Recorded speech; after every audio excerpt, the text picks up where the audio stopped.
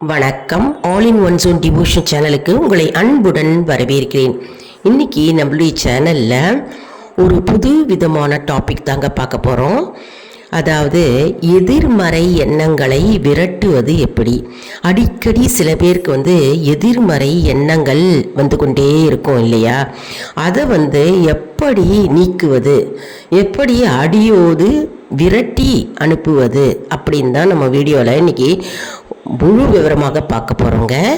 அதற்கு முன்னால் நம்முடைய சேனலை தான் ஃபர்ஸ்ட் டைம் பார்க்குறவங்களா இருந்தாலும் சரி, சப்ஸ்கிரைப் பண்ணாமல் பார்க்குறவங்களா இருந்தாலும் சரி, நம்ம சேனலை சப்ஸ்கிரைப் பண்ணிக்கோங்க. கூடவே அந்த பெல் பட்டனை ப்ரெஸ் பண்ணிக்கோங்க. ஆல் என்கின்ற ஆப்ஷனையும் ப்ரெஸ் பண்ணிக்கோங்க. அப்போ தான் நான் போடுற வீடியோஸ் எல்லாம் உங்களுக்கு உடனுக்குடன் நோட்டிஃபிகேஷனில் மிஸ் பண்ணாமல் தெரிய வரும். சரி வாங்க, இப்போ நம்ம வீடியோக்குள்ளே போகலாம். இந்த வீடியோவை முழுசாகவே பாருங்கள், ஸ்கிப் பண்ணாமல் பாருங்கள். அப்போ தான் உங்களுக்கு எந்த விதமான டவுட்ஸும் இருக்காது, உங்களுக்கு கிளியராக புரிய வரும். முதல்ல உங்களுக்கு அந்த எதிர்மறை எண்ணம் வருது அப்படின்னா முதல்ல நம்ம என்ன பண்ணணும் அப்படின்னா, முதல்ல அந்த எண்ணத்தை கவனிக்கணும். நல்லா கூர்ந்து கவனிங்க. கவனிச்சுட்டு இது நான் அல்ல, இது எண்ணம் மட்டுமே அப்படின்னு நீங்கள் உணரணும். அதாவது அது நீங்கள் கிடையாது, அது உங்களுடைய எண்ணம் மட்டும்தான், தாட்ஸ் மட்டும்தான் அப்படின்னு நீங்கள் உணரும்படியாக நீங்கள் சிந்திக்கணும். முதல் ஸ்டெப்பு இது தாங்க. அதுக்கப்புறம் நீங்கள் என்ன சொல்லணும் அப்படின்னா, இது நான் அல்ல, இது எண்ணம் மட்டுமே அப்படின்னு நீங்கள் மனதுக்குள்ளேயே நீங்கள் சொல்லணும். ஒரு வாக்கியமாக நீங்கள் சொல்கிறதுக்கு கற்றுக்கொள்ளணும். அதாவது எப்போவுமே இது நான் அல்ல, இது எண்ணம் மட்டுமே அப்படின்னு நீங்கள் ஒரு வாக்கியமாக உங்கள் மனதில் நீங்கள் சொல்லிக்கொள்ள வேண்டும். அடுத்தது உடனடியாக வேறு வாக்கியமாக நம்ம சொல்ல வேண்டும், மாற்று வாக்கியமாக நம்ம சொல்ல வேண்டும். அது என்ன அப்படின்னா, எனக்கு எதுவுமே சரியாக நடக்காது அப்படின்னு சொல்லக்கூடாது. அதற்கு பதிலாக எல்லாமே மெதுவாக சரியாகி வருகிறது, இப்படி தாங்க நீங்கள் சொல்லணும்.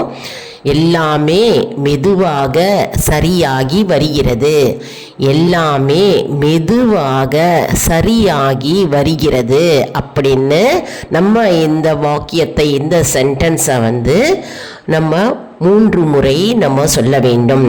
மாற்று முறையாக நம்ம சொல்லணும். அடுத்தது மூச்சு பயிற்சி செய்யணுங்க. அதாவது மூச்சு பயிற்சி அப்படின்னா ப்ரீதிங் எக்ஸசைஸ். அது சில பேர் தினமுமே செய்வாங்க, ஒரு ஹேபிச்சுவலாக வச்சுருப்பாங்க. சில பேர் செய்ய மாட்டாங்க. ஆனால் உடனே எதிர்மறை எண்ணங்கள் வருது இல்லையா, வரும்போது நம்ம உடனே நீங்கள் மூச்சு பயிற்சி செய்யணும். அது எப்படி செய்யணும் அப்படின்னு பார்க்கலாம். அதாவது 4 வினாடி மூச்சை இழுக்கணுங்க, உள் இழுக்கணும். அடுத்தது 4 வினாடி மூச்சை பிடித்து கொள்ள வேண்டும். அடுத்தது என்ன செய்யணும்னா 6 வினாடி மூச்சை வெளியே விட வேண்டும். இப்படி செஞ்சீங்கன்னா உங்களுடைய மனம் அமைதியாகிவிடும். மனம் சாதாரண நிலைக்கே மனம் அமைதியாக இருக்குங்க. அதனால் இந்த மூச்சு பயிற்சியை நம்ம கடைபிடிக்க வேண்டும். அடுத்தது என்னன்னா 4th ஸ்டெப்பு என்ன சொல்லணும் அப்படின்னா, நன்றி உணர்வு. அதாவது நம்ம தேங்க்ஸ், தேங்க்யூ அப்படின்னு நம்ம சொல்லணும். நன்றி உணர்வு நம்ம சொல்ல வேண்டும், பயிற்சி செய்ய வேண்டும். அது எப்படி செய்யறது அப்படின்னா, தினசரியே ஏதாவது ஒரு விஷயம் எடுத்துக்கோங்க, அந்த விஷயத்துக்கு நன்றி அப்படின்னு சொல்லணும். இப்போ ஃபார் எக்ஸாம்பிள், நம்ம மூச்சு விடுகிறதே, நம்ம வாழ்வதே ஒரு நன்றி சொல்ல வேண்டும். அதாவது இறைவனுக்கு நன்றி, நான் இன்று நலமாக இருக்கிறேன், இறைவனுக்கு நன்றி.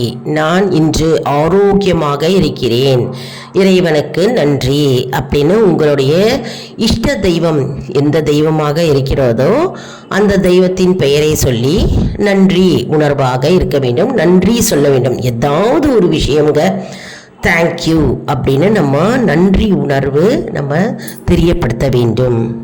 இது நம்முடைய மனம் நல்ல திசையில் பயிற்சி செய்ய முற்படுகிறது. நம்ம மனம் நல்ல திசையில் ஒழுங்காக நடக்கும். அதனால் நம்ம மனம் வந்து தூய்மையாகவும் சரியாகிவிடும். அதனால் இந்த பயிற்சியை நம்ம தினமுமே ஒரு நடைமுறைக்கு நம்ம எடுத்துக்கொள்ள வேண்டும். நம்முடைய வாழ்க்கையில் எந்த ஒரு பகுதியாக இருந்தாலும், எந்த விஷயம் இருந்தாலும், நன்றி, எனக்கு இது கிடைத்தது, ஆஹா நன்றி அப்படின்னு நன்றி உணர்வாக இறைவனுக்கு நன்றி அப்படின்னு நம்ம சொல்லிடணும். சப்போஸ் ஃபார் எக்ஸாம்பிள் உங்களுக்கு வேலை கிடைத்து விட்டது அப்படின்னு எடுத்துக்கோங்களேன். வேலை கிடைத்தது அப்படின்றதுக்கு இறைவா உனக்கு நன்றி, எனக்கு நல்ல வேலை கிடைத்து விட்டது என்று இறைவா உனக்கு நன்றி அப்படின்னு நம்ம நன்றி கூற வேண்டும். அடுத்தது இறை பக்தி உடையவர்கள், முருகன் பக்தி உடையவர்களாக இருந்தாக்க என்ன பண்ணணும் அப்படின்னா, ஓம் சரவண பவாய நம, ஓம் சரவண பவாய நம, ஓம் சரவண பவாய நம அப்படின்னு நம்ம சொல்லணுங்க. அதாவது இந்த மந்திரத்தை நம்ம வந்து 11 முறை உச்சரித்தால் நமக்கு இருக்கின்ற பயம் நீங்கும் மற்றும் மனக்குழப்பம் இருக்கு இல்லையா, மனக்குழப்பம் நீங்கும். தேவையில்லாத பயம், தேவையில்லாத சிந்தனைகள், தேவையில்லாத மனக்குழப்பங்கள், மன உளைச்சல்கள் இதெல்லாம் வந்து நீங்கும்.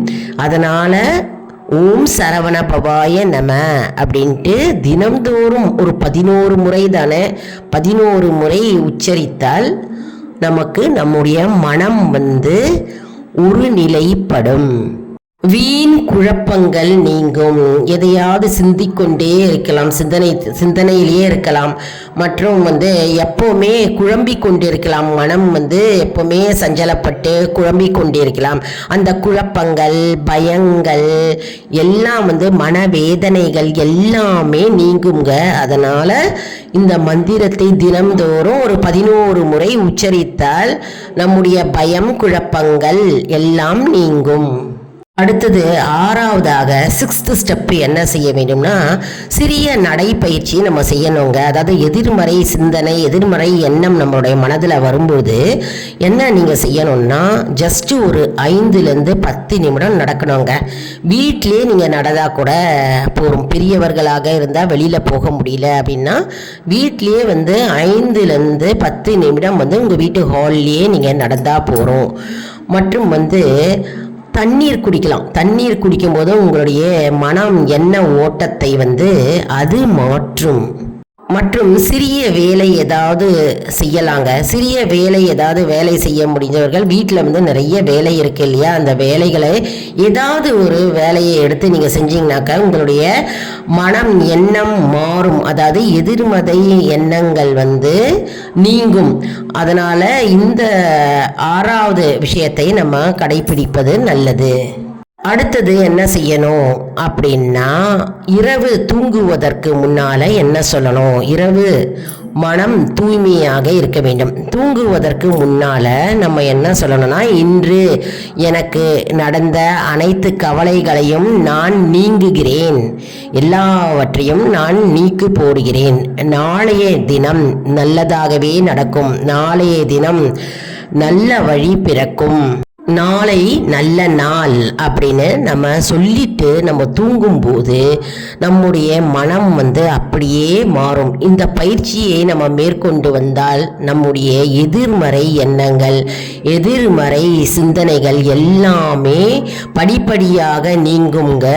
நமக்கு எதிர்மறை சிந்தனைகள் வந்தாலே நம்ம வந்து அதை மாற்றி நம்ம யோசிக்க வேண்டும். மாற்றி சிந்தனைகளை நம்ம செலுத்த வேண்டும். மற்றும் வந்து நம்ம நல்ல வாக்கியங்களை நம்ம கூற வேண்டும். எதிர்மறை எண்ணங்கள், எதிர்மறை வார்த்தைகள், வீண் பயம் கொண்ட வார்த்தைகள் இதெல்லாம் நம்ம வந்து எப்பவுமே நம்ம பயன்படுத்தக்கூடாது.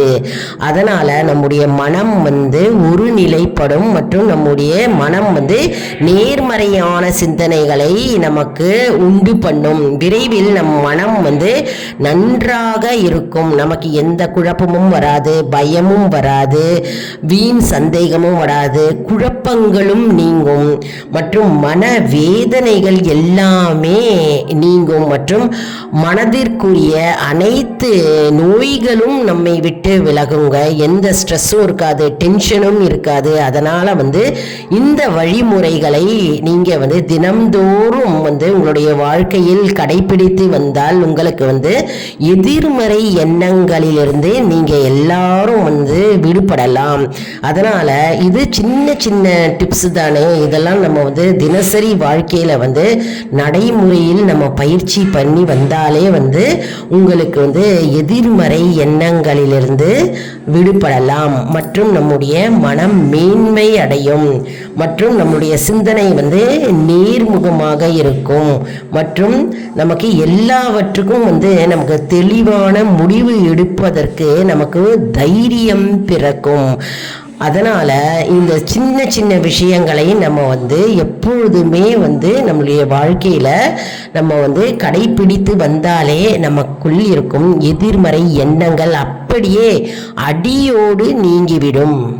அதாவது உங்களுக்கு எதிர்மறை எண்ணங்கள் வரும்போது அதிலேயே நீங்கள் தங்கிவிடக்கூடாது. இந்த பயிற்சியெல்லாம் தினம்தோறும் நீங்கள் செய்து வந்தால் உங்களுடைய மனம் உங்களுக்காக ஆதரவாக மாறும். அதனால் உங்களுக்கு நல்ல எண்ணங்கள் நல்ல சிந்தனைகளே வருங்க. அதனால் பழைய காலம், அந்த காலத்து எண்ணங்கள், அந்த காலத்து பயங்கள், அந்த காலத்து யோஜனைகள் அதெல்லாம் எல்லாமே விட்டுவிட வேண்டும். மற்றும் இப்பொழுது நிலை, தற்போது நிலையை பற்றி தான் நம்ம இருக்கணும். ப்ரெசன்ட் டென்ஸில் தான் இருக்கணும். மனம் எப்பொழுதுமே பழைய சிந்தனைகள் மற்றும் பழைய கவலைகள் அதெல்லாம் நம்ம நீக்கிவிட வேண்டும்.